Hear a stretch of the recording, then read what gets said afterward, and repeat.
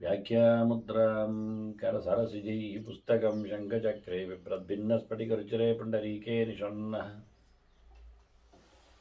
अम्लानश्रीरमृतविशुधैरंशविप्लावयन् मामाविर्भूयादनगमहिमा मानसे वागधीशः नमस्ते प्राणेश प्रणतविभवाय यावनिमगाः नमस्वामिन् रामप्रियतमनवन् गुरुगुण नमस्तुभ्यं भीमप्रबलतमकृष्णेष्ट भगवन् नमः श्रीमन्मध्वप्रदिश सुदर्शन्नो जय जय श्रीगुरुभ्यो नमः नारायणं सुरगुरुं जगदेकनाथं भक्तप्रियं सकललोकनमस्कृतं च त्रैगुण्यवर्जितमजं विभुमाद्यमीशं वन्दे भवग्रम् अमरासुरसिद्धवन्द्यं नारायणं नमस्कृत्य नरं चैव नरोत्तमं देवीं सरस्वतीं व्यासं ततो जयमुदीरये ವೇದವ್ಯಾಸರ ಮಹಾಭಾರತದ ಚಿಂತಕರಿಗೆ ವಂದನೆಗಳು. ಶಾಂತಿ ಪರ್ವದ 443ನೆಯ ಪ್ರವಚನ. ವಸಿಷ್ಠರು ಬ್ರಹ್ಮದೇವರಿಂದ ಸೃಷ್ಟಿಯಾಗಿದ ಪ್ರಜಾಪತಿ ಋಷಿ ವೇದವ್ಯಾಸರ ಇಜ್ಜ. ಹಾಗಾಗಿ ಅವರು ಜನಕರಾಜನಿಗೆ ಹೇಳುವ ಉಪದೇಶಗಳು ಎಲ್ಲ ಲೋಕ ನಶ್ವರವಾಗಿದೆ, ಕ್ಷರವಾಗಿದೆ, ಕಳ್ಕೊಳ್ಳುತ್ತದೆ ಅನ್ನುವ ವಿಷಯದಲ್ಲಿ ಅಕ್ಷರದೆಡೆಗೆ ಸಾಗಬೇಕಾದರೆ ಅವನು ಹೇಗೆ ಹದಾಗಿರ್ತಾನೆ ಅನ್ನುವ ಮಾತುಗಳನ್ನು ಬಹಳ ಪ್ರಕಾರದಲ್ಲಿ ಹೇಳುತ್ತಾರೆ. ತಪ್ಪಿನವರ ಜೊತೆಯಲ್ಲಿ ಸೇರಿಕೊಂಡು ತಪ್ಪು ಮಾಡುವ ಬುದ್ಧಿಶೂನ್ಯನ ಬೆನ್ನ ಹಿಂದೆ ನಿಂತು ಬುದ್ಧಿ ಕಳಕೊಳ್ಳುವ ತಿಳಿಯದವನನ್ನೇ ಆದರ್ಶವಾಗಿಸಿಕೊಂಡು ಮಾಡುವ ಇದು ಚರ್ಯೆ. ಅಂದರೆ ಜ್ಞಾನದ ಲೋಪದಲ್ಲಿ ಮನುಷ್ಯ ಎಷ್ಟು ಹಾಳಾಗ್ತಾನೆ, ತಿಳಿವಿನೆಡೆಗೆ ಸಾಗಲು ಅವರು ಎಷ್ಟು ಪರದಾಡಬೇಕಾಗತ್ತೆ. ಅದರಿಂದಲೇ ಮತ್ತೆ ಮೋಕ್ಷ ತಾನೆ. ಹೀಗಾಗಿ ಏವಂ ಅಪ್ರತಿಬುದ್ಧತ್ವಾತ್ ಅಬುದ್ಧಂ ಅನುವರ್ತನಾತ್. ಬುದ್ಧನನ್ನು ಅನುಸರಿಸಿದ್ರೆ ಧರ್ಮದಲ್ಲಿ ಆದರೂ ನಾವು ಬದುಕ್ತೇವೆ, ನ್ಯಾಯವನ್ನಾದರೂ ಪಡಿಬಹುದು. ಅಬುದ್ಧನನ್ನಾದರೆ, ಅಜ್ಞಾನಿಯನ್ನಾದರೆ ಅಧೋಗತಿಯನ್ನು ಪಡೀತೇವೆ. ಹಾಗಾಗಿ ತಾನು ಸ್ವಯಂ ತಿಳಿದಿರುವುದಿಲ್ಲ,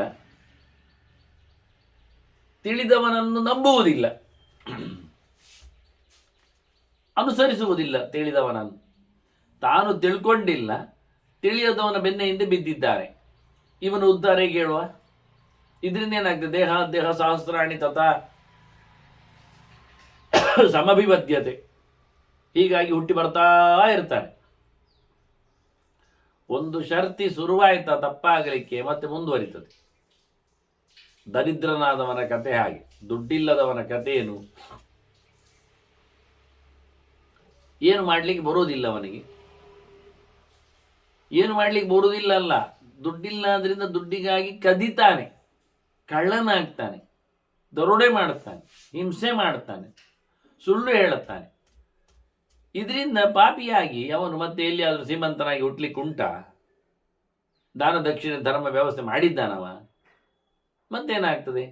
ಮತ್ತು ಹುಟ್ಟುವಾಗಲೇ ಅವನು ಹಾಗೆ ನಿಕೃಷ್ಟನಾಗಿ, ನೀಚನಾಗಿ, ದರಿದ್ರನಾಗಿ, ಹಾಳಾದವನೇ ಆಗಿ ಹುಟ್ಟುತ್ತಾನೆ. ಆದ್ರಿಂದ ಮತ್ತು ಮಾಡೋದು ಹಾಳೆ ಕೆಲಸಗಳಾದ್ರಿಂದ ಇವನು ಒಂದ್ಸರ್ತಿ ಲಿಂಕ್ ತಪ್ಪಿತ, ಒಂದ್ಸರ್ತಿ ಜಾರಿ ಬಿದ್ನ, ಒಂದ್ಸರ್ತಿ ತಪ್ಪಾಗಿ ಹೋಯ್ತಾ, ಮತ್ತೆ ಮುಂದೆ ಹೋಗುವುದೇ.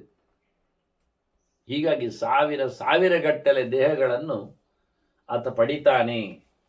ತಿರ್ಯಗಿಯೋ ನಿಸ್ಸಹಸ್ರೇಷು ಕದಾಚಿತ್ ದೇವತಾಸ್ವಪಿ. ಎಲ್ಲಿಯೋ ಮಾಡಿದ ಪುಣ್ಯಶೇಷದಿಂದ ಸ್ವರ್ಗಕ್ಕೆ ಹೋಗುವುದುಂಟು, ನೆಲಕ್ಕೆ ಬೀಳುವುದು ಉಂಟು. ಉಪಬದ್ಧತೆ ಉಪಪದ್ಯತೆ ಸಂಯೋಗಾತ್ ಗುಣೈಃ ಸಹ ಗುಣಕ್ಷಯಾತ್. ಬಹುಬಗೆಯ ಗುಣಗಳ ಸಂಪರ್ಕಗಳಿಂದ, ಸಜ್ಜನರ ಸಹವಾಸದಿಂದ, ಕೆಟ್ಟವರ ಜತೆಯಲ್ಲಿರಲಾಗಿ, ತಾಮಸರ ರಾಜಸರ ಸಂಘಗಳಿಂದಾಗಿಯೂ ಈತ ಸೋಲ್ತಾನೆ. ಹೀಗಾಗಿ ಪ್ರಾಣಿ ಪಕ್ಷಿಗಳ ಕ್ರಿಮಿಕೀಟಗಳ ಲೋಕಕ್ಕೂ ಬರ್ತಾನೆ. ಅದೇನು ಸಂಭ್ರಮಿಸುವಂತಿಲ್ಲ, ದುಃಖಮಯ, ನಮಗೆ ಅರ್ಥ ಆಗುವುದಿಲ್ಲ ಅಷ್ಟು. ಬೇಕಾದಾಗ ಅವುಗಳಿಗೆ ಹಸಿರು ಬಾಯಾರಿಕೆಗಳ ನಿವೃತ್ತಿಗೆ ಬೇಕಾದ ವಸ್ತುಗಳು ಸಿಗುವುದಿಲ್ಲ. ಎಲ್ಲ ಸಮಯದಲ್ಲಿ ಎಲ್ಲ ಮರಗಳಲ್ಲಿಯೂ ಹಣ್ಣು ಹಂಪಲುಗಳಾಗುವುದಿಲ್ಲ ತಾನೆ. ಎಲ್ಲ ಕಾಲದಲ್ಲಿಯೂ ತೊರೆ ಝರಿಗಳು ನೀರುಕ್ಕೆ ಹರಿಯುವುದಿಲ್ಲಲ್ವ. ಹೀಗಾಗಿ ಎಷ್ಟೋ ಕ್ರಿಮಿಕೀಟಗಳು ಪ್ರಾಣಿ ಪಕ್ಷಿಗಳು ತಮ್ಮ ಜೀವವನ್ನು ಕಳ್ಕೊಳ್ಳುತ್ತವೆ ಮತ್ತು ಹುಟ್ಟುವುದು ಹೀಗೆ. ಆದರೆ ಕ್ರಿಮಿಕೀಟಗಳ ಪ್ರಾಣಿ ಪಕ್ಷಿಗಳ ಬದುಕಿನಲ್ಲಿ ಹೆಚ್ಚು ತೊಂದರೆ ಇಲ್ಲ ಅಂತ ಹೇಳಲಿಕ್ಕಿಲ್ಲ. ಬಹಳಷ್ಟು ನೋವು ಅವುಗಳು ಅನುಭವಿಸ್ತವೆ. ಹೀಗೆ ಎಲ್ಲಿಯೋ ಒಂದೊಮ್ಮೆ ಮಾಡಿದ ಅಲ್ಪ ಪುಣ್ಯದಿಂದ ಸ್ವರ್ಗವನ್ನು ಹತ್ತಿದರೂ ಶಾಶ್ವತವಾಗಿ ನೆಲೆಗೊಳ್ಳುವುದಿಲ್ಲ. ತಪ್ಪುಗಳು ಹೆಚ್ಚಾಗಲಿಕ್ಕೆ ಹೋಗಿ ಕೆಟ್ಟ ಯೋನಿಗಳೇ ಜಾಸ್ತಿ ಬರ್ತವೆ. ಎಲ್ಲಿಯೋ ಮಗದೊಮ್ಮೆ ಸಾಧನೆ ಮಾಡಲಿಕ್ಕೋಸ್ಕರ ಮನುಷ್ಯ ದೇಹ ಬಂದರೂ ಪುಣ್ಯಕ್ಕೆ ಒಳ್ಳೆಯದನ್ನು ನಡೆಸಿಕೊಟ್ರೆ ಮತ್ತು ಸ್ವರ್ಗಕ್ಕೆ ಹೋಗ್ತಾನೆ, ಮತ್ತೆ ಕೆಳಗೆ ಇಳಿದು ಬರ್ತಾನೆ. ಮಾನುಷತ್ವ ದಿವಂಯಾತಿ ದಿವೋ ಮಾನುಷ್ಯಮೇತಿ ಚ ಮಾನುಷ್ಯಾತ್ ನಿರಯಸ್ಥಾನಂ ಅನಂತಂ ಪ್ರತಿಪದ್ಯತೆ. ಹೀಗೆ ಸರ್ಕಲ್, ಮೇಲಿಂದ ಕೆಳಕ್ಕೆ, ಕೆಳಗಿಂದ ನಡುವಿಗೆ, ನಡುವಿಂದ ಮೇಲಕ್ಕೆ, ಮೇಲಿಂದ ನಡುವಿಗೆ, ಕೆಳಕ್ಕೆ. ಹೀಗೆ ಒಂದು ಸರ್ತಿ ಸರಿಯಾಗಿ ಬೋಧ ಬಂದಾಗ ಒಳ್ಳೆ ಕೆಲಸ ಮಾಡಿ ಮೇಲಕ್ಕೆ ಹೋಗ್ತಾನೆ. ಆದರೆ ಅದನ್ನು ತಪ್ಪಿಸಲು ಸಿಗ ಬುಟಾಡಿಗೋಸ್ಕರ ಅಹಂಕಾರದಿಂದ ಮಾಡಲಿಕ್ಕೆ ಹೋಗಿ ಕೆಲವೊಮ್ಮೆ ಆ ಪ್ರಾರಬ್ಧದಿಂದ ಆ ಕರ್ಮದ ಶೇಷದಿಂದ ನರಕಕ್ಕೆ ಹೋಗ್ತಾನೆ, ಮತ್ತೆ ಭೂಲೋಕಕ್ಕೆ ಬರ್ತಾನೆ. ಹೀಗೆ ತ್ರಿದಿವ ನಿರಯ ಭೂಗೋಚರ ಅಂತ ಹೇಳಿದಾಗೆ ಮೂರೆಡೆ ಮೂರು ಗುಣಗಳ ಪ್ರಭಾವದಿಂದ ಕರ್ಮಗಳನ್ನು ನಡೆಸುವ ಮೂಲಕ ತಿರುಗ್ತಾನೆ ಇರ್ತಾನೆ. ತಾನೇ ಹೆಣೆದ ಈ ಬದುಕಿನ ಸೂತ್ರಗಳು ಅಂತಾರೆ. ಕೋಶಕಾರ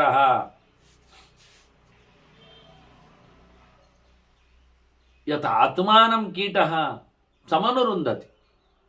ರೇಷ್ಮೆ ಹುಳ ಅಥವಾ ಯಾವುದೇ ಚಿಟ್ಟೆ ಇಟ್ಕೊಳ್ಳಿ, ಲಾವಾ ಸ್ಟೇಜ್ ಅಂದಾಗ ಅದಕ್ಕೆ ತಾನೇ ತನ್ನ ಸಂಪಾದನೆ ಮಾಡಿ ನೂಲು ಸುತ್ತುಕೊಳ್ತದೆ, ತನ್ನನ್ನು ತಾನೇ ಬಂಧಿ ಮಾಡಿಕೊಳ್ತದೆ. ಅಲ್ಲಿ ಕೆಲವೊಮ್ಮೆ ತಾನು ಹಗುರವಾಗಿ ಹುಟ್ಟಿ ಹಾರುತ್ತದೆ, ಹೆಚ್ಚಿನವುಗಳೆಲ್ಲ ಮತ್ತೆ ಸಾಯ್ತವೆ. ಹಾಗಿದು ತಾನು ತನ್ನನ್ನೇ ಬಂಧನ ಮಾಡಿಕೊಂಡಾಗೆ ಮನುಷ್ಯ ಸೂತ್ರಗಳಿಂದ ಬದ್ಧನಾಗಿಯವ. ವಾಸ್ತವವಾಗಿ ಸೂತ್ರತಂತು ಗುಣೈರ್ ನಿತ್ಯಂ ತಥಾಹಂ ಅಗುಣೋ ಗುಣೈ. ಅವನಿಗೆ ಈ ಗುಣದ ಸಂಬಂಧ ಇಲ್ಲ, ಅವನು ಅಗುಣನಿದ್ದಾನೆ, ಗುಣಾತೀತನಿದ್ದಾನೆ. ಅದು ಪ್ರಕೃತಿಯ ಸೊತ್ತು ತಾನೆ, ಮೂರು ಬಣ್ಣದ್ದು. ಹೀಗಾಗಿ ಪ್ರಕೃತಿಗೆ ಒಳಪಟ್ಟವ, ನಿಜವಾಗಿ ಈ ಸಂಬಂಧವನ್ನು ಏರ್ಪಡಿಸಿಕೊಂಡವ, ಅವನು ಅಂಥದ್ದೇ ಹಗ್ಗಗಳನ್ನು ಹಾಕ್ಕೊಳ್ತಾನೆ. ಸಾತ್ವಿಕ ಹಗ್ಗಗಳು ಬಿಳಿ ಇರ್ತವೆ, ರಾಜಸ ಹಗ್ಗಗಳು ಕೆಂಪಿರ್ತಾವೆ, ತಾಮಸ ಹಗ್ಗಗಳು ಕಪ್ಪಿರ್ತಾವೆ. ತಾನೇ ಮಾಡಿಕೊಂಡು ಬಂದಿರತಕ್ಕಂಥ ಬೇಲಿಗಳು, ವೃತ್ತಿ, ಅದಕ್ಕೆ ಬೇಕಾಗಿರತಕ್ಕಂತಹ ಕಮಿಟ್ಮೆಂಟ್ಸ್ಗಳು, ಹೀಗೆ ಇಷ್ಟು ಗಂಟೆಗೆ ಹೋಗ್ಲಿಕ್ಕೆ, ಇಷ್ಟು ಗಂಟೆಗೆ ಬರಲಿಕ್ಕೆ, ಇಂಥದ್ದೇ ತಿನ್ನಲಿಕ್ಕೆ, ಇಂಥದ್ದು ನಿಲ್ಲಲಿಕ್ಕೆ, ಇಂಥ ವೇಷಗಳು, ಹೀಗೆ ಮನುಷ್ಯ ತಾನೇ ಮಾಡಿಕೊಂಡಿರತಕ್ಕಂತಹ ಸಂಕಲೆಗಳಿಂದ ತಾನೇ ಸಂಕಟ ಪಡ್ತಾ ಇದ್ದಾನೆ. ಆಫೀಸಿಗೆ ಹೋಗುವಾಗ ಬಟ್ಟೆ ಬರೆಗಳು ಕಾಲಿನ ತುದಿಯಿಂದ ತಲೆಯ ತುದಿವರೆಗೆ ಇರಬೇಕು. ಅವರು ಮಾಡಿಕೊಂಡು ಸೆಕೆ ಆದರೆ ಸಾಯಬೇಕು, AC ಕೋಣೆಯಲ್ಲಿ ಕೂತ್ಕೊಂಡು ಬೇಯಬೇಕು, ಮತ್ತೆಂಥದ್ದು. ಹೀಗೆ ಅವನೇ ಮಾಡಿಕೊಂಡಿರತಕ್ಕಂತಹ ವೇಷಗಳಿಂದ, ವಸ್ತುಗಳಿಂದ ಅವ ಸಿಕ್ಕಿ ಬೀಳುತ್ತಾನೆ. ನಿಜವಾಗಿ ಅವನಲ್ಲಿ ದ್ವಂದ್ವಗಳು ಇಲ್ಲ. ಆದರೆ ಲೋಕದ ದ್ವಂದ್ವಕ್ಕೆ ಅವನು ಅಂಟಿಕೊಳ್ಳುತ್ತಾನೆ. ದ್ವಂದ್ವಮೇತಿಯ ನಿರ್ದ್ವಂದ್ವ ತಾಸು ತಾಸ್ವಿಕ ಯೋನಿಷ್. ಬಗೆ ಬಗೆಯ ರೂಪಗಳಲ್ಲಿ ಬರ್ತಾನೆ, ಬಗೆ ಬಗೆಯ ವೇಷಗಳಲ್ಲಿ ಇರ್ತಾನೆ, ಬಗೆ ಬಗೆಯ ಬಗೆಯಲ್ಲಿ ಬದುಕ್ತಾನೆ. ಹೀಗಾಗಿ ಬೇಕು ಬೇಡಗಳಲ್ಲಿ, ತನ್ನವರ ಅಲ್ಲದವರಲ್ಲಿ, ಸುಖ ದುಃಖಗಳಲ್ಲಿ ಇವೆಲ್ಲ ತನ್ನ ದ್ವಂದ್ವಗಳಿಂದ ಆಚೆ ಹೋಗಲಾರದೆ ಸಿಕ್ಕಿಬಿದ್ದು ಅವನ ದೇಹದಲ್ಲಿ ಒಂದಕ್ಕೆಲ್ಲ ಒಂದು ನಮೂನೆಯಿಂದ ಯಾವತ್ತು ನೋಡಿದರೂ ಯಾವುದೇ ಪ್ರಕಾರವಾದಂತಹ ಸ್ವಾಸ್ಥ್ಯ ಇರುವುದಿಲ್ಲ. ರೋಗಗಳು, ತಲೆ ಇದೆ, ತಲೆನೋವು, ಇಲ್ಲೇ ಹೇಳಲಿಕ್ಕೆ ಯಾವುದುಂಟು. ಹಾಗೆ ಎಲ್ಲ ಇಂದ್ರಿಯಗಳು ಇರಲಾಗಿ ಎಲ್ಲ ರೋಗಗಳನ್ನು, ಹೊಟ್ಟೆ ನೋವು, ತಲೆನೋವು, ಬೆನ್ನು ನೋವು, ಕಾಲು ನೋವು, ಸೊಂಟ ನೋವು, ಎಲ್ಲ ಪ್ರಕಾರವಾದಂತಹ ಸಂಕಟಗಳನ್ನು ತನ್ನ ಅಭಿಮಾನದಲ್ಲಿ, ದೇಹದ ಮೇಲಿನ ಪ್ರೀತಿ ವಿಶೇಷದಲ್ಲಿ ಹೊತ್ಕೊಳ್ಳುತ್ತಾನೆ, ನಡೆದು ಬಿಡ್ತಾನೆ. ತಾನು ಅಂತ ಹೇಳಿಕೊಂಡು ಅಭಿಮಾನದಿಂದಾಗಿ ನೋವಿಗೂ ತಾನೇ. ಈಗ ಕಾಲು ಕೈ ಕಾಲುಗಳು ದೇಹ ನನ್ನದು ಆದರೆ ಹಾಗಾದ್ರೆ ಅದರ ಡ್ಯಾಮೇಜು ನನ್ನದೇ, ಅಲ್ಲೇ ಬೇಕಲ್ಲ. ಅದರಿಂದ ದ್ವಂದ್ವಕ್ಕೆ ಸಿಲುಕಿದವನು ಉತ್ಪದ್ಯಂತೆ ವಿಚಿತ್ರಾಣಿ ತಾನ್ಯೇಷು ಅಪಿ ಅಭಿಮನ್ಯತೆ. ಒಂದರಿಂದ ಒಂದು ಹುಟ್ಟಲಾಗಿ ದೈಹಿಕವಾದ ಬಾಧೆಗಳಲ್ಲಿ, ಮಾನಸಿಕವಾದ ಒತ್ತಡಗಳಲ್ಲಿ, ಅಭಿಮಾನಗಳ ವಿಶೇಷತೆಯಿಂದಾಗಿ ಅವನು ಸಂಕಟವನ್ನು ಅನುಭವಿಸ್ತಾನೆ. ವಿವಿಧಾಸು ಚ ಶಯ್ಯಾಸು ಫಲಗೃಧ್ಯಾನ್ವಿತಸ್ತದ. ಏನು ಗಮ್ಮತ್ತು, ಏನು ಯೋಚನೆ, ಅವನ ಏನು ಆಸೆಗಳು ಹೇಳಿಕೊಳ್ಳುತ್ತಾನೆ. ನೆಲದಲ್ಲಿ ಮಲಗ್ತಾ ಇದ್ದೆ, ಈಗ ಒಳ್ಳೆ ಕಾಟ್ ಸಿಕ್ಕಿದೆ, ಮಂಚದಲ್ಲಿ ಬರೇ ಮಲಗ್ತಾ ಇದ್ದೆ, ಈಗ ಹಾಸಿಗೆ ಬಂದಿದೆ, ಈಗ ಅದರ ಮೇಲೆ ಬೆಡ್ ಸ್ಪ್ರೆಡ್ ಬೇರೆ ಉಂಟು, ಈಗ ಕಟ್ಟನೆಲ್ಲ ಹಾಕಿದ್ದೇನೆ ಸುತ್ತಕ್ಕೆ, ಮತ್ತು ಒಳ್ಳೆ ರೀತಿಯಾದ ವಾತಾಯನ, ಕಿಟಕಿಗಳನ್ನು, ಹೀಗೆ ಬಗೆ ಬಗೆಯ ನೆಲದಲ್ಲಿ ಮಲಗುವ, ದಪ್ಪನೆಯ ಬ್ಲ್ಯಾಂಕೆಟ್ಟಲ್ಲಿ ವಿಚಿತ್ರವಾದಂತಹ ತನ್ನ ದೇಹದ ಸೌಕರ್ಯದ ಬಗ್ಗೆ ಮಾತಾಡ್ತಾನೆ ಕೂತ್ಕೊಂಡು. ಅಜಿನದಲ್ಲಿ ಮಲಗಲಿಕ್ಕೆ, ಬ್ರಿಮ್ಸಿಯಲ್ಲಿ ಅಂದರೆ ದರ್ಬೆದ ಚಾಪೆ, ಹಾಸು, ಹೀಗೆ ಯೋಚನೆ ಮಾಡುತ್ತಾ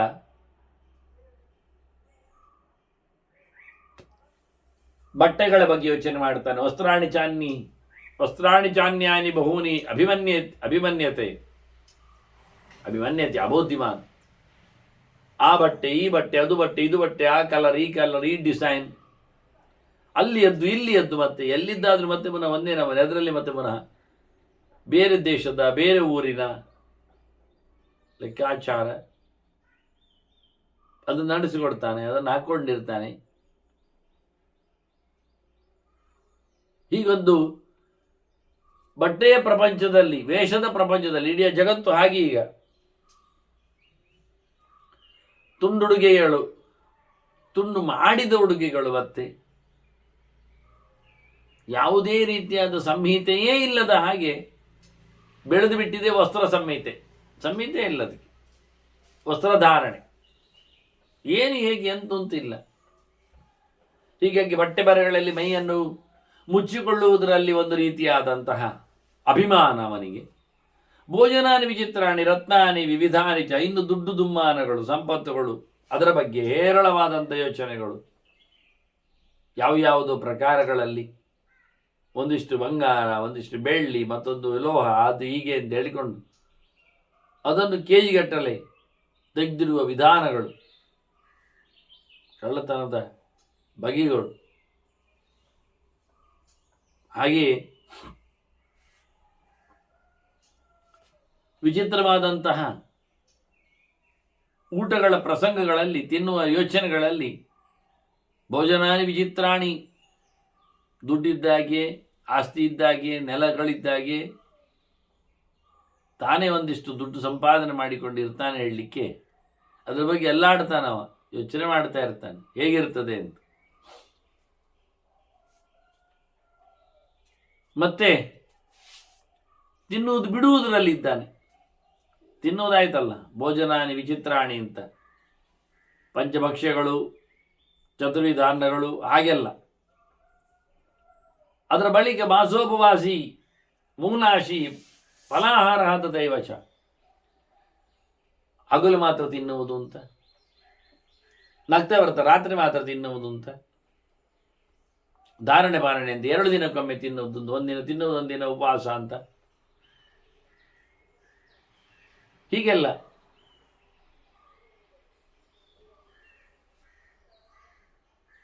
ಮೂರು ದಿನ ತಿನ್ನುವುದು, 3 ದಿನ ಇಲ್ಲ. 3 ಹೊತ್ತು ಹಗಲು ತಿನ್ನುವುದು, 3 ದಿನ ಹಗಲು ಮಾತ್ರ, ಮತ್ತೆ 3 ದಿನ ರಾತ್ರಿ ಮಾತ್ರ ತಿನ್ನುವುದು, ಮತ್ತೆ 1 ದಿನ ತಿನ್ನದೇ ಇರುವುದು. ಇದು ಒಂದು ವಾರೋಪವಾಸದ ಕ್ರಮ, ವಾರದ ಲೆಕ್ಕಾಚಾರ. ವಾರಕ್ಕೆ 1 ದಿನ ಉಪವಾಸ, ಮತ್ತೆ 3 ದಿನ ಹಗಲು ತಿನ್ನಲಿಕ್ಕೆ, ಮತ್ತೆ 3 ದಿನ ರಾತ್ರಿ ತಿನ್ನಲಿಕ್ಕೆ.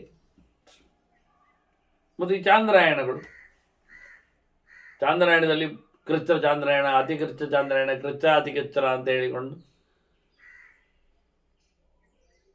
ಪಕ್ಷಕ್ಕೆ ಅನುಗುಣವಾಗಿ ವೃದ್ಧಿಗೆ ವೃದ್ಧಿ ಆಗ್ತಾ, ಕ್ಷೀಣಕ್ಕೆ ಕ್ಷೀಣ ಆಗ್ತಾ ಗಳನ್ನು ತಿನ್ನುವ ರೀತಿಗಳು. ಇದು ಚಾಂದ್ರಾಯಣಾದಿಗಳ ವ್ರತಗಳ ಬಗ್ಗೆ ಹೇಳುತ್ತಾರೆ. ಅದನ್ನು ನಡೆಸಿಕೊಡ್ತಾನೆ, ಮಾಡ್ತೇನೆ ಅಂತಾನೆ. ವಾರೋಪವಾಸ ಹೋಗಿ ತಿಂಗಳು ಉಪವಾಸಕ್ಕೆ, ಮಾಸೋಪವಾಸಿ ಬಹಳ ಕಷ್ಟದ್ದು. 1 ತಿಂಗಳು ಊಟವೇ ಇಲ್ಲ, ಹಾಲು ಕುಡಿದು ನೀರು ಕುಡಿದು ಮೂಲಾಶಿ ಗೆಡ್ಡೆ ಗೆಣಸುಗಳನ್ನು ತಿನ್ನುವುದು, ಫಲಾಹಾರ ಹಣ್ಣು ತಿನ್ನುವುದಷ್ಟೇ, ಮತ್ತೇನು ಮಾಡುವುದಿಲ್ಲ. ಹೀಗೆ ಮಾಡ್ತಾ ಇದ್ದೇನೆ ಅಂತ ಹೇಳಿಕೊಳ್ತಾನೆ, ತಿರುಗ್ತಾನೆ. ಮತ್ತು ವಾಯುಭಕ್ಷ, ಏನು ತಿನ್ನದೆ ಗಾಳಿ ಮಾತ್ರ ತಿನ್ನುವುದು ಅಂತ, ಮತ್ತೆ ನೀರು ಕುಡಿಯುವುದು, ಪಿಣ್ಯಾಕ ಹಿಂಡಿದ ನಂತರ ಕೊಜಂಟಿ, ನಿಸ್ಸತ್ವವಾದದ್ದು ನಿಸ್ಸಾರವಾದದ್ದು ಜೊಗಟು, ಅದನ್ನು ಮಾತ್ರ ತಿಂತೇನೆ ಅಂತ. ಯಾಕೆ? ಅದು ಯೂಸೇಜ್ ಉಳಿದವರಿಗೆ ಆಗಲಿ ಉಪಯೋಗಕ್ಕೆ ಅಂತ. ದದಿ ಮೊಸರು ಮಾತ್ರ ತಿನ್ನುವುದು, ಗೋಮಯ ಭೋಜನ ಕೌಡನ್ ಅದೇ ತಿನ್ನುವುದು, ಗೋಮೂತ್ರ ಭೋಜನಶ್ಚೈವ, ಖಾಲಿ ಗೋಮೂತ್ರದಲ್ಲಿ ಬದುಕುವುದು, ಶಾಖ ಪುಷ್ಪಾದಯೇವಚ, ತರಕಾರಿ ಹಸಿ ಹಸಿ ತಿನ್ನುವುದು, ಕೇವಲ ಪುಷ್ಪಗಳನ್ನು ತಿನ್ನುವುದು.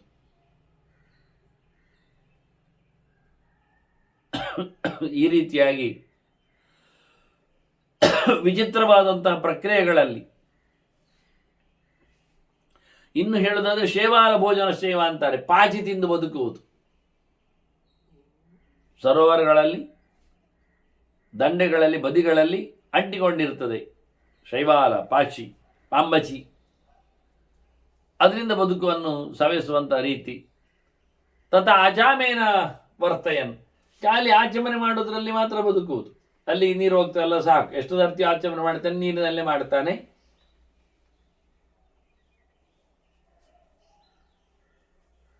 ಹೀಗೂ ಒಂದು ಪ್ರಕ್ರಿಯೆ ಬದುಕಿನಲ್ಲಿ ಮಾಡಿಕೊಳ್ತಾನೆ. ಗೆದ್ದೇನೆ ಅಂತ ಹೇಳ್ತಾನೆ. ವರ್ತಯನ್ನು ಶೀರ್ಣ ಪರ್ಣೈಶ್ಚ ಪ್ರಕೀರ್ಣ ಫಲ ಭೋಜನ, ಬಿದ್ದ ಎಲೆಯಲ್ಲಿ ತಿನ್ನುವ ಬದುಕು ಅಂತ ವಿಶೇಷವಾಗಿ ಎಲೆಗಳನ್ನು ಹೇಳಿದ ಹಾಗೆ ಬಿದ್ದ ಹಣ್ಣುಗಳಲ್ಲಿ ಬದುಕುವನ್ನು ಸವೆಸುವನದ್ದು ಒಂದು ವಿಚಿತ್ರ. ಚೆನ್ನಾಗಿ ಬರುವುದಿಲ್ಲ, ಪ್ರಾಣಿಗಳು ಆಹಾರವಾಗಿ ನಾಗಿಸಿಕೊಂಡಿರುತ್ತವೆ ಅಂತೇಳಿ. ಆದರೆ ಮನುಷ್ಯ ಎಲ್ಲವನ್ನು ಬಿಟ್ಟು ಕಾಡಿನಲ್ಲಿ ತಿರುಗಿದಾಗ ಈ ರೀತಿಯಾದಂಥ ಬದುಕನ್ನು ನಡೆಸಿಕೊಡ್ತಾನೆ. ಮತ್ತೊಮ್ಮೆ ಹೇಳಿದಾಗಿರ್ತಾನೆ, ವಿವಿಧಾನಿ ಚಕ್ರಚ್ರಾಣಿ ಸೇವತೆ ಸಿದ್ಧಿಕಾಂಕ್ಷೆಯ, ಈ ಎಲ್ಲ ಸಿದ್ಧಿಗಾಗಿ ಮಾಡತಕ್ಕಂಥ ವಿಧಾನಗಳು, ನೀತಿ ನಿಯಮಗಳನ್ನು, ವ್ರತ ನಿಷ್ಠೆಗಳನ್ನೆಲ್ಲ ಮಾಡಿಕೊಳ್ತಾನೆ, ನಡೆಸಿಬಿಡ್ತಾನೆ. ಅನೇಕ ಪ್ರಕಾರದ ಆಹಾರದಲ್ಲಿನ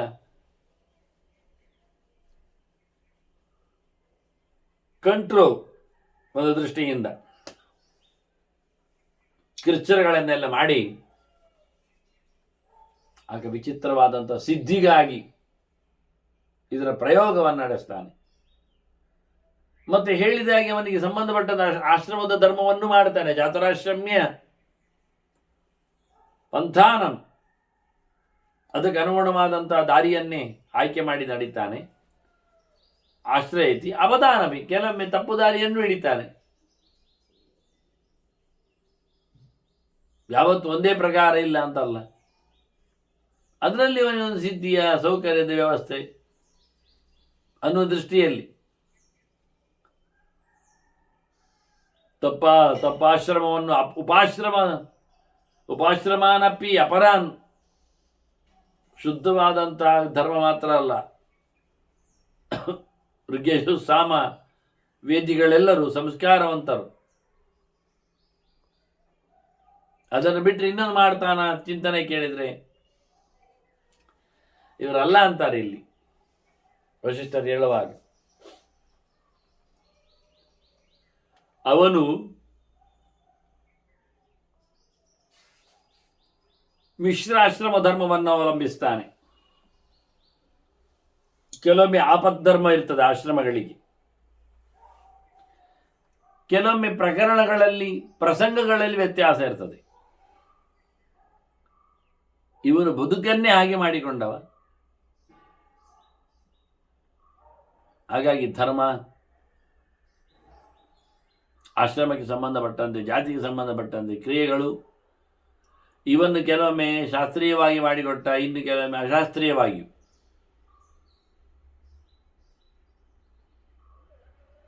ಮುಖ್ಯವಾಗಿ ನಡೆಸಬೇಕಂತ ಕರ್ಮಗಳನ್ನು ತಪ್ಪಾಗಿ ಮಾಡ್ತಾನೆ. ಸ್ವಂತದ್ದಲ್ಲದನ್ನು ಬಿಟ್ಟು ಬೇರೆಯದ್ದನ್ನು ನಡೆಸ್ತಾನೆ. ಅದರಲ್ಲಿ ಅವನನ್ನು ಹೇಳಿಕೊಳ್ಳುತ್ತಾನೆ, ಸುಲಭವಾಗಿದೆ, ಮಾಡ್ತೇನೆ, ಮಾಡಬೇಕು ಅಂತ. ಪಾಷಂಡಾನ್ ವಿವಿಧಾನವಿ, ಕೆಲವೊಮ್ಮೆ ಪಾಪಗಳನ್ನು ಕೊಡತಕ್ಕ ಕರ್ಮಗಳನ್ನು ಮಾಡುತ್ತಾನೆ, ವೇದ ವಿರುದ್ಧವಾದ ಕರ್ಮಗಳನ್ನು ಮಾಡ್ತಾನೆ, ಮಾಡಲಿಕ್ಕೆ ನೋಡ್ತಾನೆ, ಮಾಡಿ ತೋರಿಸ್ತಾನೆ. ಹೀಗೆ ಕುಪಥಗಳನ್ನು ಆಯ್ಕೆ ಮಾಡಿಕೊಳ್ಳುತ್ತಾನೆ. ಅಯೋಗ್ಯ ಕಾಲದಲ್ಲಿಯೂ ಇತರ ಧರ್ಮಗಳನ್ನು ಆಚರಿಸ್ತಾನೆ. ಅದಕ್ಕಾಗಿ ಅವನು ಏಕಾಂತತೆಯನ್ನು ಅವಲಂಬಿಸ್ತಾನೆ. ನೋಡಿ, ವಿವಿಕ್ತಾಶ್ಚ, ಯಾರಿಗೂ ಸಿಗದಂತೆ ಕಾಣದಂತೆ ಅವನು ಬರ್ತಾನೆ, ಇರ್ತಾನೆ, ನಡೆಸಿಕೊಡ್ತಾನೆ. ಈ ರೀತಿಯಾಗಿ ಎಲ್ಲೆಲ್ಲಿಯೂ ಯಾವ್ಯಾವುದೋ ರೀತಿಗಳಿಂದ ತಾನು ಇರಲಿಕ್ಕೆ ಏಕಾಂತತೆಯನ್ನು ಬಯಸ್ತಾನೆ. ಒಬ್ಬಂಟಿಗನಾಗಿರ್ತಾನೆ, ಲೋನ್ ಬಂಡೆಗಳಲ್ಲಿ, ಗುಹೆಗಳಲ್ಲಿ, ದಟ್ಟವಾದಂಥ ಮರದ ಕಾಡಿನಲ್ಲಿ, ವಿವಿಕ್ತಾಶ್ಚ ಶಿಲಾಹ, ಮುಖ್ಯವಾಗಿ ಅದರೊಟ್ಟಿಗೆ ಭಾವಾಹ ತಥಾ ಪ್ರಸ್ರವಣಾನಿಚ, ನೀರಿನ ತಾಣಗಳನ್ನು, ನದಿ, ಸರೋವರ ಇಂತಹದ ಕಡೆಗಳಲ್ಲಿ ಇವನ್ನೆಲ್ಲ ಯೋಚನೆ ಮಾಡ್ತಾ ನೋಡ್ತಾ ನಿಂತಿರ್ತಾನೆ. ಅದರಂತೆ ಬೆಟ್ಟಗುಡ್ಡಗಳನ್ನು, ನಾನಾ ಸ್ಥಾನಾನಿ ಪುಣ್ಯಾನಿ, ಒಳ್ಳೆ ಕ್ಷೇತ್ರ ಪ್ರದೇಶಗಳನ್ನೆಲ್ಲ ಹೋಗಬೇಕು, ಇರಬೇಕು ಅಂತ ಯೋಚನೆ ಮಾಡ್ತಾನೆ. ಅದಕ್ಕೆ ಬೇಕಾಗಿರತಕ್ಕಂಥ ಸವಲತ್ತುಗಳನ್ನು ತಗೊಳ್ತಾನೆ ಅನುಕೂಲ ಆಗಲಿಕ್ಕೆ. ಹೀಗೆ ಕೆಲವೊಂದು ಮಣ್ಣುಗಳ ಸ್ಥಾನಗಳು, ಆನಂತರ ಮರಗಳು ಇಲ್ಲದ ಕಾಡುಗಳು, ಇಲ್ಲೆಲ್ಲ ತನ್ನ ಪೌರುಷಕ್ಕಾಗಿ ಇರ್ತಾನೆ, ಬಯಸ್ತಾನೆ, ಇರ್ಲಿಕ್ಕೆ ಉಂಟು ಅಂತಾರೆ, ಇರ್ತದೆ. ಮತ್ತೆ ಯಾರಿಲ್ಲದಿದ್ದು ಮಾತ್ರ, ಜನಗಳು ಇಲ್ಲದ್ದಕ್ಕೆ ಮಾತ್ರ ಅಲ್ಲ, ಜನಜಂಗುಳಿ ಇದ್ದಲ್ಲಿಯೂ ಹೋಗ್ತಾನೆ. ಮತ್ತೆ ಮಾಡುವುದೇನಲ್ಲಿ ವಿವಿಕ್ತಾನಿ ಚ ಜಪ್ತಾನಿ ವ್ರತಾನಿ ಚ ತಪಾಂಸಿ ಚ, ಬೇಕಾದಷ್ಟು ಪುಣ್ಯಕ್ಷೇತ್ರಗಳನ್ನೆಲ್ಲ ಆಯ್ಕೆ ಮಾಡಿಕೊಂಡವ, ನದಿ ತೀರಗಳನ್ನು, ಕೆಲವು ಸ್ಮಶಾನಗಳನ್ನು ಆಯ್ಕೆ ಮಾಡಿಕೊಂಡಾಗೆ. ಇವನಿಗೆ ಇಲ್ಲಿ ಹೇಳಲಿಲ್ಲ ವಶಿಷ್ಠರು ಹೇಳುವಾಗ, ಕಾಡು ಮೇಡುಗಳನ್ನು ಅಷ್ಟೇ ಅವನ ಸ್ಥಾನಗಳನ್ನಾಗಿ ಅದರಲ್ಲಿ ತಾನು ಗುಟ್ಟಾಗಿ ಮಾಡ್ತಕ್ಕಂಥ ಜಪಗಳು, ವ್ರತಗಳು, ನಿಯಮಗಳು, ತಪಸ್ಸು ಇವನ್ನೆಲ್ಲ ಮಾಡಲಿಕ್ಕುಂಟು ಮಾಡಿದ್ದೇನೆ ಎಂದು ತಿಳ್ಕೊಳ್ತಾನೆ. ಅದರಲ್ಲಿ ಬಹುಮುಖವಾದ ತಪಸ್ಸುಗಳು, ಇವನು ಯಜ್ಞದಲ್ಲಿ ಯಜನ, ಅಧ್ಯಯನದಲ್ಲಿ ಅಧ್ಯಾಪನ ಕಲಿಸಿಕೊಡುವಂಥದ್ದು. ಹಾಗೆ ಮುಖ್ಯವಾಗಿ ಯಾಜನ, ಅಧ್ಯಯನ, ಅಧ್ಯಾಪನ ಮತ್ತು ದಾನ ಪ್ರತಿಗ್ರಹಗಳು ಕೊಡ್ತಾನೆ, ತಗೊಳ್ತಾನೆ. ಕೆಲವೊಮ್ಮೆ ಅದು 3 ಬಿಟ್ಟಿರ್ತಾನೆ, 3 ಮಾತ್ರ, ಯಜ್ಞದಾನ ತಪಸ್ಸು ಮಾತ್ರ. ವ್ರತಗಳು, ವಿವಿಧ ಯಜ್ಞಗಳು ಮತ್ತೆ ಮಾಡುವಾಗ ಅದೊಂದು ಕ್ರಮ, ಅದೊಂದು ಪದ್ಧತಿ ಇದೆ. ಅದನ್ನು ವೈಷ್ಣವರಲ್ಲಿ ಚಿಂತನೆಯಲ್ಲಿ ಮಾಡಿಕೊಂಡು ನಡೆಸಿಕೊಡುತ್ತಾನೆ. ಮತ್ತು ಕೆಲವೊಮ್ಮೆ ಎಲ್ಲರ ನಡುವೆ ಮಾಡ್ತಾನೆ, ಜಪ, ಪೂಜೆ, ಪುನಸ್ಕಾರ, ಹೋಮ ಹವನಗಳನ್ನೆಲ್ಲ.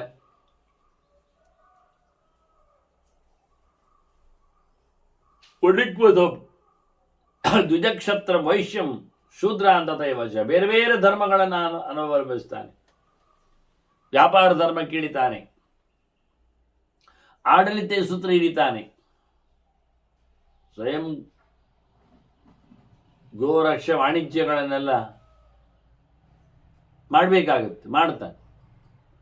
ಏನಿಲ್ಲದಂತೆ ಪತಿ ದಾರಿಯಲ್ಲಿ ಬಿದ್ದವರಂತೆ, ಯಾವುದೇ ಸಂಸ್ಕಾರಕ್ಕೆ ಒಡ್ಡದೆ, ಯಾವುದನ್ನು ನೋಡಿಕೊಳ್ಳದೆ ತಿಳ್ಕೊಳ್ಳದೆ, ಆ ರೀತಿಯಾದರೂ ಒಂದು ಬದುಕಿನಲ್ಲಿ ಬಗೆಯಲ್ಲಿ ಬದುಕ್ತಾನೆ. ಹೀಗೆ ಯೋಚನೆ ಮಾಡ್ತಾನೆ ಕೂತ್ಕೊಂಡವ ಹೇಗಿರ್ತದೆ ಅಂತ. ಜನ್ಮ ಮೃತ್ಯು ವಿವಾದೇ ಚ ತಥಾ ವಿಶಸನೇ ಪಿಶ, ಒಟ್ಟು ಸಾವುಗಳ ಬಗ್ಗೆ ಅವನದ್ದೇ ವ್ಯಾಖ್ಯೆಗಳು, ನೋವು ನಲಿವುಗಳ ಬಗ್ಗೆ, ತೊಂದರೆ ಕೊಡುವಲ್ಲಿಯೂ ವಾಸ್ತವವಾಗಿ ಈ ರೀತಿಯಾಗಿ ಬಹಳ ವಿಚಿತ್ರವಾಗಿ ಲೋಕದಲ್ಲಿ ಸಂಕಟವನ್ನು ಅನುಭವಿಸ್ತಾನೆ, ಇನ್ನೊಬ್ಬರು ಸಂಕಟವನ್ನು ಕೊಡ್ತಾನೆ. ಶುಭಾಶುಭಮಯಂ ಸರ್ವಂ ಇದದಾಪ್ನೋತಿ ಕ್ರಿಯಾಫಲ, ಮಾಡಿದ ಕೆಲಸದ ರಿಸಲ್ಟ್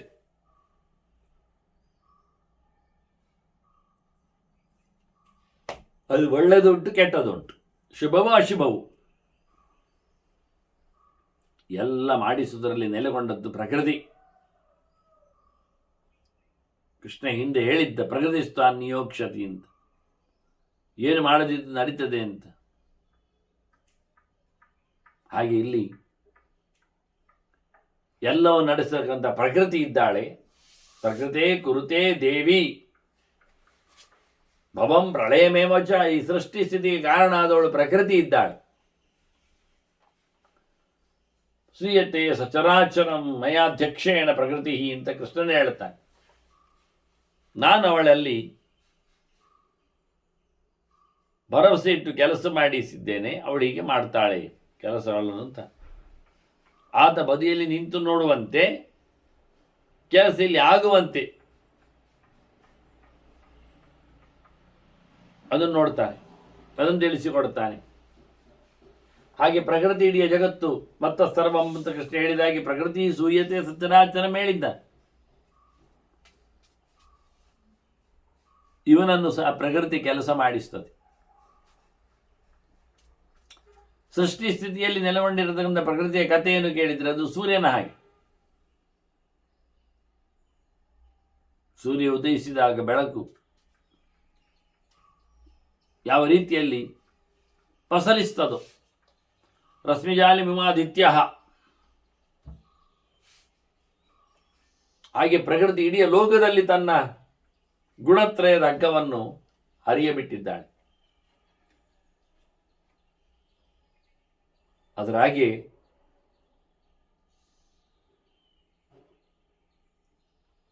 ಭಗವಂತನ ಒಡೆದಿಯಾದ ಪ್ರಕೃತಿಯಲ್ಲಿ ಇಡೀ ಜಗತ್ತಿನ ಅಧಿಕಾರ ಇದೆ, ಕಂಟ್ರೋಲ್.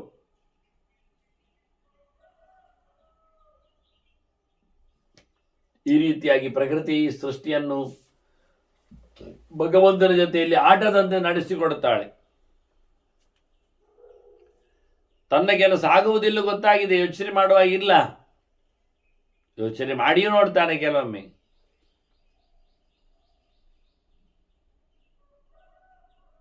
ಆ ರೀತಿಯಾಗಿ ಬಹಳ ಪ್ರಕಾರದ ಕರ್ಮಗಳಲ್ಲಿ ತಾನು ಕುಳಿತುಕೊಂಡು ಸಿಕ್ಕಿಬಿದ್ದು ಆತ್ಮರೂಪ ಗುಣಾನೇ ತಾನು ವಿವಿಧಾನ್ ಹೃದಯ ಪ್ರಿಯಾನ್ ಏವಮೇಶ ವಿಕುರ್ವಾಣ. ತನಗೆ ಸಂಬಂಧಪಟ್ಟಂತೆ ಸ್ವಭಾವಕ್ಕನುಗುಣವಾದ ಕರ್ಮಗಳನ್ನು 3 ಗುಣಗಳ ಪ್ರಭಾವದೊಂದಿಗೆ ತನಗಿಷ್ಟ ಆಗುವಂಥದ್ದನ್ನು ಸಹ ಕೆಲವೊಮ್ಮೆ ಇಷ್ಟಕ್ಕೆ ಹೋಗಿ ತಪ್ಪು ಮಾಡ್ತಾನೆ. ಏನಾದರೂ ಹುಟ್ಟುವುದು ಸಾಯುವುದನ್ನು ತಪ್ಪಿಸಿಕೊಳ್ಳಿಕ್ಕೆ ಆಗುವುದೇ ಇಲ್ಲ. ಸರ್ಗ ಪ್ರಳಯ ಧರ್ಮಿಣಿ, ಹುಟ್ಟು ಸಾವುಗಳ ಧರ್ಮ ಉಂಟೇ ಉಂಟು ಇವುಗಳಲ್ಲಿ. ಕ್ರಿಯಾಪತೆ ರಕ್ತ ತ್ರಿಗುಣಾನ್,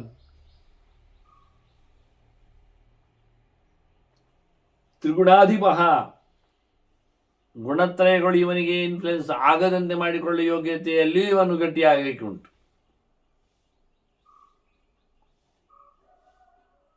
ಅದಕ್ಕಾಗಿ ಬಹಳಷ್ಟು ಪ್ರೀತಿಗೋಸ್ಕರ ತನ್ನ ವಸ್ತುವಿನ ಚಿಂತನೆಯಲ್ಲಿ ಏನೇನೋ ಕೆಲಸಗಳನ್ನು, ವಿಪರೀತವಾದಂಥ ಕರ್ಮಗಳನ್ನು ಮಾಡಿಯೇ ಮಾಡ್ತಾ. ಅದರಂತೆ ಕ್ರಿಯಾಪತೆ ರಕ್ತ ತ್ರಿಗುಣಾನ್ ತ್ರಿಗುಣಾಧಿಪ, ಕ್ರಿಯಾ ಮುಖ್ಯವಾಗಿ ಕ್ರಿಯಾಪಥೋಪೇತ, ಬಹುಬಗೆಯ ದಾರಿಗಳಿವೆ ಕೆಲಸಕ್ಕೆ. ಒಂದನ್ನು ಹಿಡಿದು ಗಟ್ಟಿಯಾಗಿ ಇನ್ನೊಂದನ್ನು ನಡೆಸಿಕೊಡ್ತಾ ಎಲ್ಲ ಕಡೆಯೂ ಇದು 3 ಬಣ್ಣಗಳಂತೆ ಪ್ರಭಾವಗಳು ಇರುವಂಥದ್ದು. ಹಾಗಾಗಿ ದನದಲ್ಲಿಯೂ ಕಪ್ಪನ್ನು ಮತ್ತು ಬಿಳಿಯನ್ನು ನೋಡ್ಲಿಕ್ಕೆ ಆಗ್ತದೆ, ತಿಳ್ಕೊಳ್ಳಿಕ್ಕೆ ಬರ್ತದೆ. ಕ್ರಿಯಾಪಥೋಪೇತ ತಥಾ ತದಭಿಮನ್ಯತೆ, ಮಾಡುವ ಕೆಲಸ ಮಾಡದೆ ಮಾಡುವ ದಾರಿಯಲ್ಲಿ ನೋಡಿಕೊಂಡು ಅದರಲ್ಲಿ ಅಭಿಮಾನ ಪಟ್ಟುಕೊಂಡು ಇಡೀ ಜಗತ್ತು ಪ್ರಕೃತಿಯಲ್ಲೇ ನಡೆದು ಹೋಗುವಂಥದ್ದು. ಪ್ರಕೃತಿಯ ಸರ್ವಯೇ ವೇದ, ಯಾವುದು ಸಹ ಪ್ರಕೃತಿಯನ್ನು ಹೊರತುಪಡಿಸಿರುವುದಿಲ್ಲ. ಸರ್ವಮೇವ ಇದಂ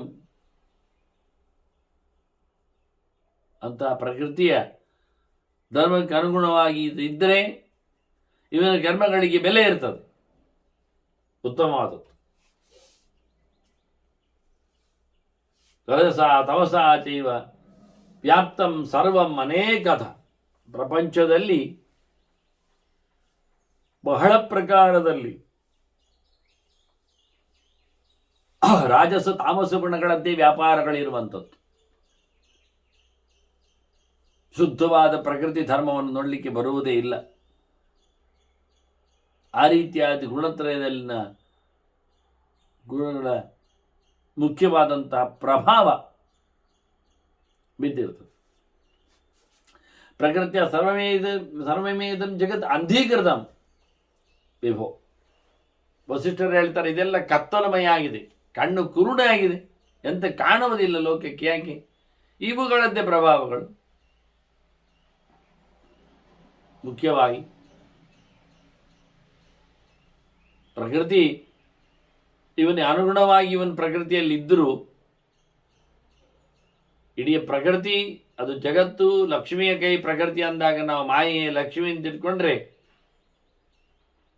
ಇಡೀ ಜಗತ್ತಿನ ಆಕೆ ಕಾರಣಳಾಗಿ ಇರ್ತಾಳೆ ಪ್ರಕೃತಿ. ಅದಕ್ಕನುಗುಣವಾಗಿ ಇದು ನಡೆಸಬೇಕಾಗತ್ತೆ. ಆ ಪ್ರಕೃತಿಯಲ್ಲಿ ಲೋಕದಲ್ಲಿ ಹೆಚ್ಚಿರುವಂಥದ್ದು ರಾಜಸ ತಾಮಸಗಳದ್ದೇ ಕಾರುಬಾರುಗಳು. ಆದ್ರಿಂದ ಎಲ್ಲ ಕಡೆಯ ದ್ವಂದ್ವಗಳಿಗೆ ಸಿಲುಕಿರ್ತಾನೆ. ಏವಂ ದ್ವಂದ್ವಾನಿ ಅಥೈತಾನಿ ವರ್ತಂತೆ ಮೈ ನಿತ್ಯಶಃ. ಈ ದ್ವಂದ್ವಗಳು ನನ್ನಲ್ಲಿ ಇರ್ತವೆ, ನಾನು ಮಾಡ್ತೇನೆ, ನಾನು ಮುಗಿಸ್ತೇನೆ, ನಾನು ಹೋಗ್ತೇನೆ, ನಂದಾಗಲಿಲ್ಲ, ಹೀಗೆ ತನ್ನಲ್ಲೇ ವಿಧಿ ನಿಷೇಧಗಳನ್ನು ಮಾಡಿಕೊಂಡವ. ಅದೇ ದ್ವಂದ್ವ ಅವನದ್ದು. ಸೋಲು ಗೆಲುವು ಇದ್ದಾಗೆ, ಆಯಿತು ಆಗಲಿಲ್ಲ, ಮಾಡ್ತೇನೆ ಮಾಡೋದಿಲ್ಲ, ಎಲ್ಲ ಲೆಕ್ಕಾಚಾರದಲ್ಲಿ. ವಾಸ್ತವವಾಗಿ ಕೆಟ್ಟ ಗುಣಗಳ ಅಂದರೆ ರಾಜಸ ತಾಮಸಗಳ ಪರಿಧಿಗೆ ಒಳಪಟ್ಟು ಅನೇಕ ಪ್ರಕಾರವಾಗಿ ಆತ ತನ್ನ ಚಿಂತನೆಗಳನ್ನು ಮಾಡ್ತಾನೆ. ಇಡೀ ಜಗತ್ತಿನ ಕ್ರಿಯೆಗಳಲ್ಲಿ ಕ್ರಿಯಾಂ ಕ್ರಿಯಾ ಪಥೋಪೇತಃ ತಥಾ ತದ್ಮನ್ಯತೆ, ತಾನು ಮಾಡಿದೆ ಅನ್ನತಕ್ಕಂಥ ಅಭಿಮಾನ ವಿಶೇಷದಲ್ಲಿ ಮೆರೀತಾನೆ.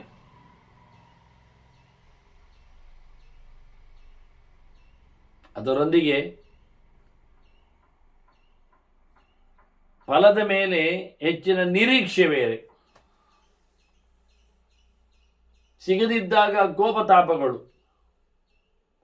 ಸಿಕ್ಕಲು ಹೊರಟಾಗ ಮತ್ತಷ್ಟು ಬೇಕೆಂಬತಕ್ಕಂಥ ಆಸೆ ಆಕಾಂಕ್ಷೆಗಳು. ಹೀಗೆ ನಡೆಯುವ ಎಲ್ಲ ಕರ್ಮಗಳಲ್ಲಿ, ರಾಜಸವಾದಂತಹ ದ್ವಂದ್ವಗಳಲ್ಲಿ, ತಾಮಸವಾದಂತಹ ವಿಪರೀತಗಳಲ್ಲಿ ಇವೆಲ್ಲ ನನ್ನಲ್ಲಿ ಇದೆ ಅಂತ ಅವನು ಭಾವಿಸ್ತಾ ಹೇಳುತ್ತಾ, ವರ್ತಂತೆ ಮೈ ನಿತ್ಯಶ ಮಮೇ ಮೈ ತಾನಿ ಜಾಯಂತಿ, ಇದು ನನಗಾಗಿಯೇ ಬಂದದ್ದು, ನಾನೇ ಇದರಲ್ಲಿ ಸೇರ್ತೇನೆ, ನನಗೆ ಬೇಕಿದು. ಧಾವಂತೆ ತಾನಿ ಮಾಮಿತಿ, ನನಗೆ ಬರ್ತಾ ಉಂಟು ನೋಡಿ, ಸಿಕ್ಕಿದೆ, ಓಡಿ ಬಂದು ಸೇರ್ತಾ ಇದೆ ಅನ್ನುವ ನೆಲೆಯಲ್ಲಿ ಆದ ಒಂದು ದೃಷ್ಟಿಯಿಂದ ತಪ್ಪು ಲೋಕದಲ್ಲಿ ಸಂಚಾರ ಮಾಡ್ತಾ ಇರ್ತಾನೆ. ಮೈ ವೈತಾನಿ ಜಾಯಂತೆ ಧಾವಂತೆ ತಾನಿ ಮಾಮಿತಿ ನಿಸ್ತರ್ತವ್ಯಾನಿ ಅಧೈತಾನಿ ಸರ್ವಾಣೀತಿ ನರಾಜಿ. ಇದೆಲ್ಲ ದಾಟ್ಲಿಕ್ಕೆ ಉಂಟು, ಇದೆಲ್ಲ ಬಂದದ್ದು, ಇದು ಬೇಡ ಅಂತ ಆಗ್ತದೆ ಅದು ನೆಲೆಯಲ್ಲಿ ಯೋಚನೆಯಲ್ಲಿ ಹೋಗ್ತಾನೆ. ಇದೇ ದ್ವಂದ್ವ ಅವನದು. ಆಗದಿದ್ರೂ ಆಗ್ತದೆ ಅಂತ ನೆಲ್ಕೊಳ್ತಾನೆ, ಆಗ್ಬಹುದಲ್ಲ ಹೇಳ್ತಾನೆ, ಆಗಲಿಲ್ಲ ಒಂದು ಯೋಚನೆ ಮಾಡ್ತಾನೆ.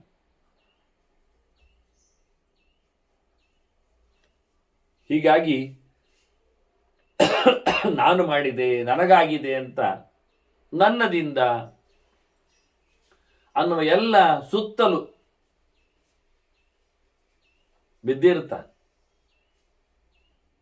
ನನಗಾಗಿ, ನನ್ನಿಂದಲೇ ಇವುಗಳೆಲ್ಲ ಬೆಳೆದದ್ದು ಬಂದದ್ದು ಅನ್ನುವ ಕಥೆಯನ್ನು ಮಾಡಿಕೊಳ್ಳುತ್ತಾನವ. ನಿಸ್ತರ್ತವ್ಯಾನತೆ ತಾನಿ ಸರ್ವಾಣಿ ನರಾಧಿಪ. ಇದನ್ನು ಖಂಡಿತವಾಗಿಯೂ ನಾನು ದಾಟಲಿಕ್ಕೆ ಉಂಟು, ಬಿಟ್ಟು ಹೋಗ್ಲಿಕ್ಕೆ ಉಂಟು, ಮುಗಿದಾಯ ಉಂಟು ಅಂತ ಅದಕ್ಕೆ ಬೇಕಾದಾಗಿ ವ್ಯವಸ್ಥೆಗಳನ್ನು ಮಾಡಿಕೊಳ್ಳಲಿಕ್ಕೆ ನೋಡ್ತಾನೆ. ಇದು ಅವನ ಯೋಚನೆಗಳ ರಾಶಿಗಳಿದ್ದಾಗಿ. ಮನ್ಯತೇಯಂ ಶಬುದ್ಧಿತ್ವ ತಥೈವ ಸುಕೃತಾನ್ಯಪಿ. ಅವನು ಬುದ್ಧಿ ನೆಟ್ಟಗಿಲ್ಲದೆ ಇರುವುದರಿಂದ ಅವನಿಗೆ ಸ್ವರ್ಗದೆಡೆಗೆ ಮಾಡಿರತಕ್ಕಂಥ ಕೆಲವು ಶುಭಕರ್ಮಗಳ ಬಗ್ಗೆಯೂ ತಲೆ ಓಡ್ತದೆ. ಆ ಶುಭಾಶುಭ ಕರ್ಮಗಳನ್ನು ತಾನು ಮಾಡುವಂತೆ, ಮಾಡಿಸುವಂತೆ ಯೋಚನೆಯಲ್ಲಿ ತರ್ತಾನೆ. ಇದು ಮಾಡಿ ಆಯಿತು, ಇದು ಮಾಡಬೇಕು, ಇದು ಮಾಡ್ತದೆ ಅನ್ನುವ ನೆಲೆಯಲ್ಲಿ ವಾಸ್ತವವಾಗಿ ಸುಕೃತಗಳಲ್ಲಿಯೂ ಸಹ ಅದನ್ನು ತನಗೆ ತಿನ್ನಲಿಕ್ಕೆ ಉಂಟು, ಮಾಡಿದ್ದನ್ನು ತಾನು ಅನುಭವಿಸಬೇಕದನ್ನು, ಭೋಕ್ತವ್ಯಾನಿ ಮಹಿತಾನಿ, ನಾನೇ ಅದನ್ನು ತಿನ್ನಲಿಕ್ಕೆ ಮತ್ತಾರು ಹಂಚುವುದಿಲ್ಲ ಅನ್ನುವ ಆತ್ಮೀಯತೆ ಅವನಲ್ಲಿ ಮತ್ತೆ. ಹಾಗೆ ಅಭಿಮಾನದಲ್ಲಿ ಅವ ಹಚ್ಚಿಕೊಂಡಿರ್ತಾನೆ. ಮಯೈತಾನಿ, ನನ್ನಿಂದಲೇ ಇವುಗಳು ಕೂತಿವೆ, ಇವುಗಳು ನಾನೇ ತಿನ್ನಬೇಕು. ಭೋಕ್ತವ್ಯಾನಿ ದೇವಲೋಕೇನ ತೇವ ದೇವಲೋಕ ಗತೇನಮೈ, ಇಲ್ಲಿ ಸತ್ತ ಬಲಿಗೆ ನಾನು ಸ್ವರ್ಗದಲ್ಲಿಯೂ ಮೇರಿಬೇಕು, ಅದಕ್ಕೆ ಇವತ್ತೇ ಪ್ರಿಪೇರ್ ಆಗಬೇಕು. ಅದಕ್ಕೇನೋ ತಪ್ಪು ಕಲ್ಪನೆಗಳಲ್ಲಿ ನೆಲಾಚಾರದಲ್ಲಿ ಮಾಡ್ತಾನೆ. ಹೀಗೆ ಇಲ್ಲೇ ಕೂತ್ಕೊಂಡು ಹೇಳ್ತಾನೆ, ನಾನು ಅಲ್ಲಿ ಹೋಗಿ ಬರ್ಲಿಕ್ಕೆ ಉಂಟು ಅಂತಾನೆ. ಮತ್ತೆ ಅಲ್ಲಿ ಮುಗಿಲಿಲ್ಲ. ಇಹೈವ ಜೈನಂ ಭೋಕ್ಷ್ಯಾಮಿ ಶುಭಾಶುಭವಲೋ ಅಂತ, ಇಲ್ಲಿ ನಾನು ತಿಂತೇನೆ, ಅಲ್ಲಿಗೆ ಬೇಡ, ಅಲ್ಲಿ ಗೊತ್ತಾಗುವುದಿಲ್ಲ, ಮುಂದುವರಿಗ್ಲಿಕ್ಕಿಲ್ಲ ಯೋಚನೆ. ಅವನು ಹೇಳಿದಾಗೆ ಆ ಲೆಕ್ಕದಲ್ಲಿ ಇಲ್ಲಿಯೇ ಇಲ್ಲಿಯೇ ಇಲ್ಲಿಯೇ ಅಂತಾನೆ, ಎಲ್ಲವೂ ಇಲ್ಲಿಯೇ. ಅದು ಆಚೆಗೆ ಯೋಚನೆಗಳಿಲ್ಲ. ಆ ರೀತಿಯಾಗಿ ಹೀಗೆ ತಾನು ತಿನ್ನುವುದನ್ನು ತಿನ್ನಬೇಕಾದ ಅನುಭವಿಸುವುದನ್ನು ಭೋಗ್ತವೆ ಅಂದು. ಇನ್ನು ಕೆಲವನು ಇಲ್ಲೇ ತಿಂತೇನೆ ಅಂತ ಹಠ ಮಾಡ್ತಾನೆ. ಸ್ವರ್ಗದಲ್ಲಿ ಯಾಕೆ ಹೋದಿ? ಹೇಯೋಜೇನ ಭೋಕ್ಷ್ಯಾಮಿ. ದೊಡ್ಡ ಮಟ್ಟಿನ ಲೆಕ್ಕಾಚಾರದಲ್ಲಿ ಶುಭಾಶುಭ ಫಲೋದಯ ಅನ್ಯ ಹೆಚ್ಚು ಮಾಡಿದರೆ ನರಕಗಳಲ್ಲೆಲ್ಲ ಬೇಡ, ಇಲ್ಲೇ ಸಾಕು. ಒಳ್ಳೆಯ ಕರ್ಮ ಹೆಚ್ಚು ಮಾಡಿದೆ ಸ್ವರ್ಗಕ್ಕೆ ಹೋಗ್ಬೇಕು, ಇಲ್ಲಿ ಬೇಡ ಅನ್ನೋ, ಅದರ ಲಾಭ ಇಲ್ಲಿ ಬರೋದು ಬೇಡ. ಕೆಲವರಿಗೆಲ್ಲ ಹಾಗೆ ಒಳ್ಳೆಯದರ ಪುಣ್ಯದ ಲಾಭ ಇಲ್ಲಿ ಬೇಡ, ಅವರಿಗೆ ಸ್ವರ್ಗದಲ್ಲಿ ಸಿಗಬೇಕಂತೆ. ಅದು ಏನು ಕಂಡಿದ್ದಾರೆ ಸ್ವರ್ಗದಲ್ಲಿ. ಇನ್ನು ಕೆಲವರಿಗೆ ಕೆಟ್ಟದ್ದರ ಪಾಪದ ಫಲ ಇಲ್ಲಿ ಬೇಡಂತೆ, ನರಕದಲ್ಲಿ ಬೇಡಂತೆ, ಇಲ್ಲಿಯೇ ಇರ್ಬೋದಂತೆ. ಕೆಲವರಿಗೆ ಇಲ್ಲಿ ಬೇಡ ನರಕಕ್ಕೆ ಹೋಗುವ ಅಂತ, ಕೆಲವರಿಗೆ ನರಕ ಬೇಡ ಇಲ್ಲೇ ಇರಲ್ವಾ ಅಂತ. ಅದು ಜೋರು ಇರ್ತದೆ, ನಾವು ನಲಿವು ಅಂತ ಹೇಳಿಕೊಂಡು. ಕೆಲವರಿಗೆ ಸ್ವರ್ಗದಲ್ಲಿ ಇದೇ ಸ್ವರ್ಗ ಅಂತಾರೆ. ಅಲ್ಲಿ ಅಂಥದ್ದು ಎಲ್ಲರೂ ಒಂದೇ ನಮೂನೆ ಇದ್ದಾರೆ, ಪ್ರಯೋಜನ ಆಗುವುದು ಇಲ್ಲಿ ವೆರೈಟಿ ಇದೆ ಅಂತಾರೆ. ಏವೈಜೇನಂ ಭೋಕ್ಷ್ಯಾಮಿ ಶುಭಾಶುಭ ಫಲೋದಯಂ ಪುಣ್ಯಮೇವದು ಕರ್ತವ್ಯಂ ತತ್ಕೃತ್ವ ಸುಸುಖಂ ಮಮ. ಮತ್ತು ಕೆಲವೊಮ್ಮೆ ಹೇಳಿದ್ರು ಒಳ್ಳೆಯದು ಮಾತ್ರವೇ ಮಾಡಬೇಕಿಲ್ಲ, ಒಳ್ಳೆಯದು ಮಾಡಿದರೆ ಸುಖ ಸಿಗ್ತದೆ. ಸುಖದಿಂದ ಎಲ್ಲಿವರೆಗೆ ಅಂದರೆ 2-3 ಪ್ರಕಾರದಲ್ಲಿ.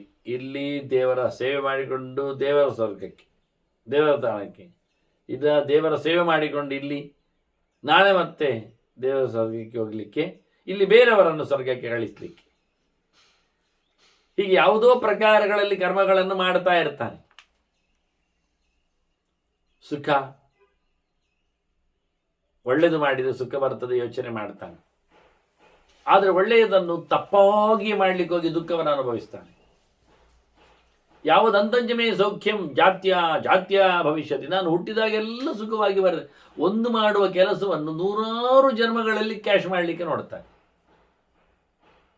ಹುಟ್ಟಿದಾಗೆಲ್ಲ ನನಗೆ ಸುಖ ಆಗತ್ತೆ, ನಾನು ಮಾಡಿದ್ದೇನೆ ಅಂತಾನೆ. ಭವಿಷ್ಯತಿ ಜಮೇ ದುಃಖಂ ಕೃತೇನ ಈಗ ಅನಂತ. ಇಲ್ಲಿ ಮಾಡಿದ್ದರ ತಪ್ಪಿನಲ್ಲಿ ನನಗೆ ಕಂಡಾಬಟ್ಟೆ ನೋವುಂಟು, ಅದನ್ನು ಹೇಳಿಕೊಳ್ತಾನೆ. ಹುಟ್ಟುವುದು ತಪ್ಪು, ತೆರಳುವುದು ಸರಿಯಿಲ್ಲ, ಬರುವುದು ಬೇಡ, ಹೀಗೆ ಏನೇನು. ಮಹದ್ ದುಃಖಂ ಹಿ ಮಾನುಷ್ಯಂ ನಿರಯೇ ಚಾಪಿ ಮಜ್ಜನಂ ನಿರ್ಯಾಚಾಪಿ ಮಾನುಷ್ಯಂ ಕಾಲೇ ನೈಷ್ಯಾಮ್ಯಹಂ ಪುನಃ. ನಾನು ಸ್ವರ್ಗಕ್ಕೆ ಹೋಗ್ತೇನೆ, ಪುಣ್ಯ ಮಾತ್ರವ ಇಲ್ಲ ಪಾಪ ಉಂಟು, ಅಲ್ಲಿಂದ ಮತ್ತೆ ನರಕ ಹೋಗ್ತೇನೆ, ಮತ್ತೆ ಮುಗ್ಧಂದ್ರೆ ಮತ್ತೆ ಮನುಷ್ಯ ಲೋಕಕ್ಕೆ ಬರ್ತೇನೆ. ಇಲ್ಲಿ ಅಂತ ಮಾಡ್ತಿ, ಇಲ್ಲಿ ಮತ್ತೆ ಪುನಃ ನರಕಕ್ಕೆ ಸ್ವರ್ಗಕ್ಕೆ ಹೋಗುವುದು ಮಾಡ್ತೇನೆ. ಹೋಗ್ಬೇಕು ಸ್ವರ್ಗಕ್ಕೆ ಅಂತಲೇ ಮಾಡ್ತೇನೆ, ಆದ್ರೆ ಆಗುವುದಿಲ್ಲ ಅಲ್ಲ. ಕೆಲವೊಮ್ಮೆ ನರಕಕ್ಕೆ ಹೋಗ್ಬೇಕಾಗಿದಲ್ಲ, ತಪ್ಪಾಗಿರ್ತದಲ್ಲ.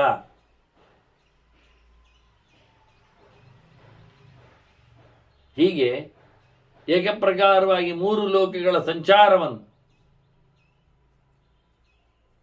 ಮಮತ್ವೇನ ಆತ್ಮನೋ ನಿತ್ಯಂ ತತ್ರೈತತ್ ಪರಿವರ್ತತೆ.